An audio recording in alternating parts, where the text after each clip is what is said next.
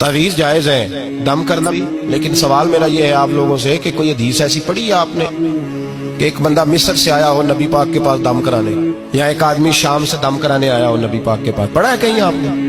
भाई दम कराना जायज़ है, तावीज़ देना, लेकिन ये असल दीन नहीं है कि लोगों ने अब इसी को जरिया बना लिया, इसी से लोगों की दुकानें और कारोबार चलते हैं। ये असल नहीं है, ये जोज है। दम में बरकत है, अल्लाह के कलाम में शिफा है। मा हुआ शिफा व रहमतुल लिल मोमिनीन, इसके अंदर अल्लाह ने शिफा रखी है, लेकिन ये असल नहीं। असल रसूलुल्लाह का दीन है। आला हज़रत रहमतुल्लाह के पास एक मुरीद आ गया। आजकल तो मिठाई होती है, उस जमाने में पेड़े होते थे, तो पेड़ों की एक टोकरी लाया, यूं समझ ले मिठाई का डब्बा लाया। आला हज़रत ने फरमाया कैसे आए हो? हुजूर ज़ियारत करनी थी। फरमाया कोई हुक्म मेरे लिए? का ज़ियारत। भाई बात ये छोटी है, लेकिन इन बातों का पस मंजर देखो और आज के जमाने में इन बातों को परखो तो देखो दीन किस तरह बेचा जा रहा है।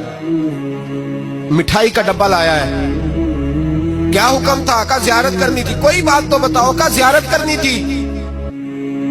आला हज़रत ने ना वो मिठाई का डब्बा तालिब इल्म को कहा पेड़े जाओ घर दे आओ। वो घर दे आया तो थोड़ी देर के बाद मुरीद कहने लगा हुजूर एक तावीज़ भी चाहिए था।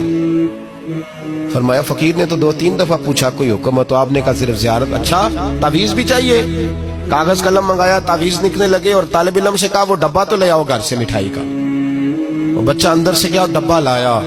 ओ भाई ये वो लोग थे जो फिर हक कहा करते थे, इसलिए कि दौलत असर अंदाज नहीं होती थी। ये मुरीद को इसलिए डांट लेते थे कि इनकी नजर मुरीद की जेब पर नहीं होती। ये इसलिए उसको सख्ती करते थे कि इन्हें ये नहीं था कि भाग गया तो रोजी रोटी कैसे चलेगी। कहा आला हज़रत फाज़िल डब्बा लाओ, तो वो घर से डब्बा मिठाई का उठा लाए। आला हज़रत ने तावीज़ भी दिया।